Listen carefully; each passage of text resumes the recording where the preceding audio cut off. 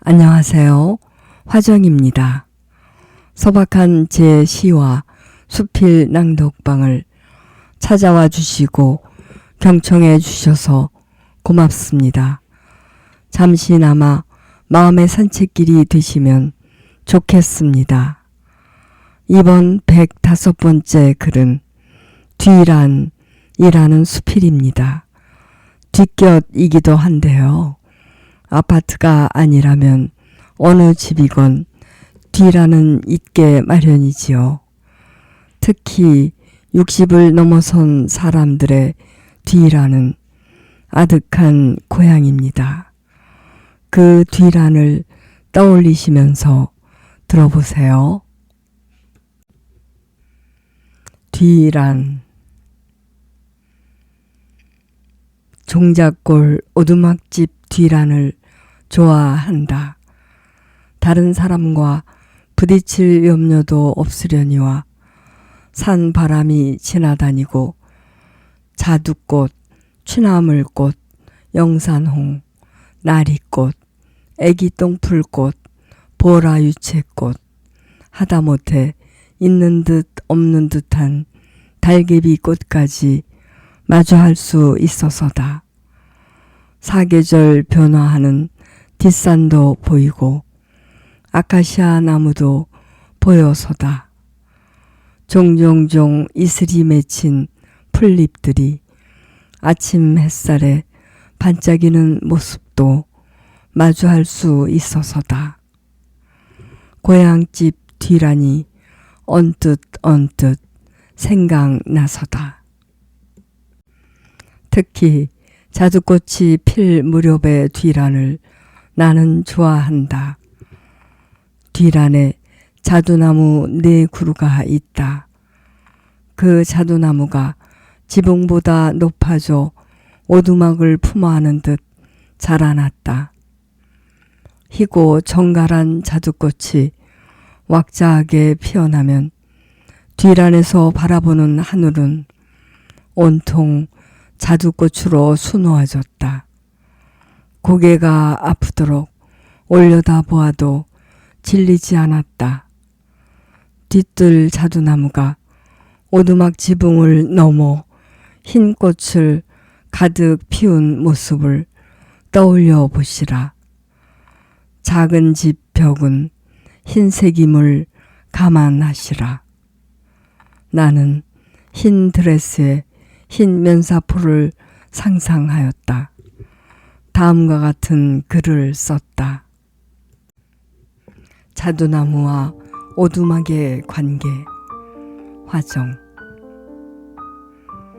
봄 무대에서 흰빛으로 차려입은 오두막에게 흰 자두꽃 수놓은 면사포 씌워주는 자두나무 있다면 누군들 믿을까마는.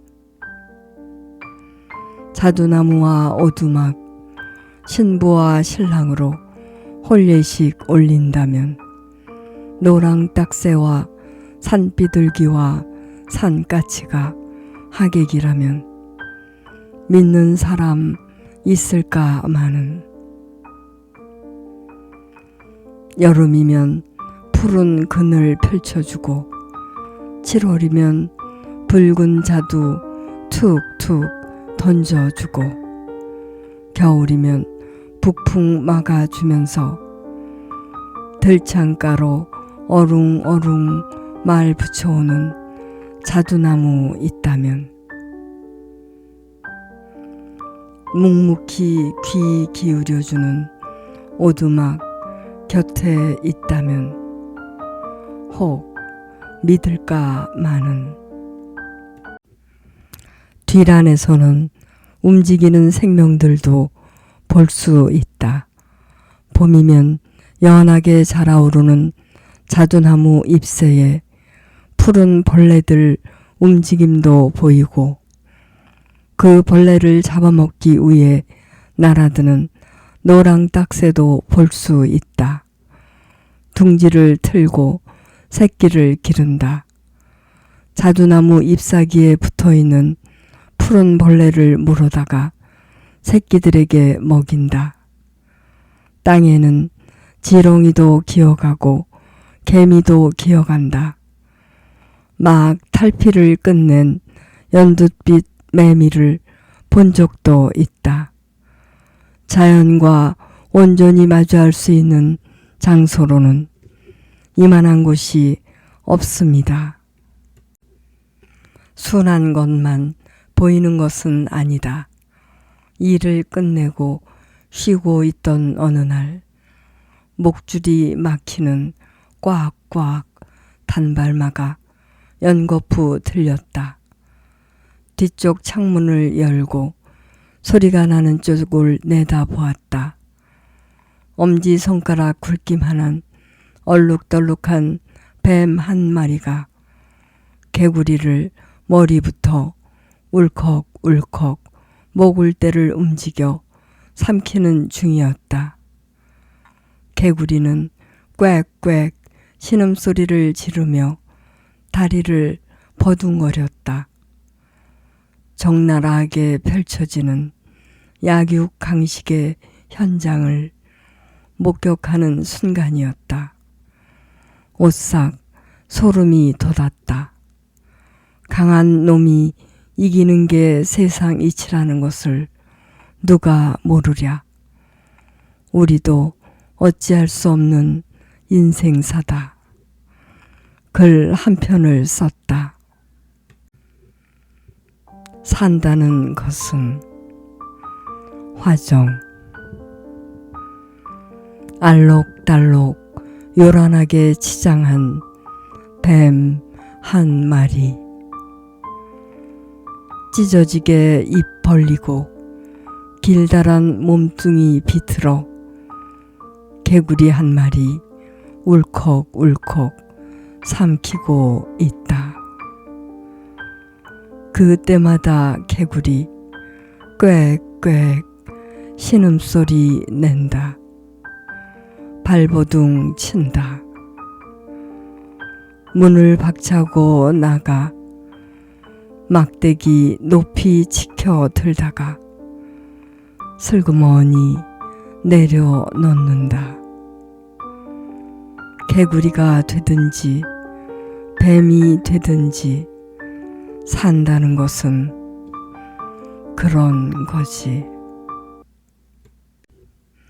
어느 날부터인가 뒤란 바위와 바위 사이로 슬금슬금 다람쥐가 지나다녔다. 바위 위에는 잣이나 다른 열매의 껍질들이 수북하게 남겨져 있었다. 한 번은 다람쥐가 잽싸게 눈 깜짝할 사이에 자두나무로 기어 올라가는 게 보였다. 빠르게 움직인 다음 두리번거리고 또 움직인 다음 두리번거리기를 여러 차례 반복하였다. 그것을 바라보는 동안 자두나무 꼭대기에 마지막으로 매달려 있는 붉은 자두가 목표임을 알아챌 수 있었다. 자두 가까이에서 마지막으로 주위를 두리번거리고 살핀 뒤 껴안듯 자두를 두 손으로 꽉 움켜쥐고는 야금야금 붉은 살을 탐닉하는 것이었다. 7월 초면 자두를 수확하는데 그때마다 이마를 빼놓지 않았다. 다람쥐 것으로 좀 남겨둡시다. 뒷뜰과 앞뜰이 연결되는 지점에 사과나무 두 그루가 자라나고 있다. 처음에는 그저 막대기에 불과했지만 땅에 뿌리를 묻는 순간부터 이미 막대기가 아니었다. 말을 걸어오는 생명이었다. 봄이면 새 잎이 돋았다고, 꽃이 피었다고, 사과가 열렸다고, 괜한 쓸쓸함으로 서성거리는 나를 손짓하여 불러 세우고는 했다.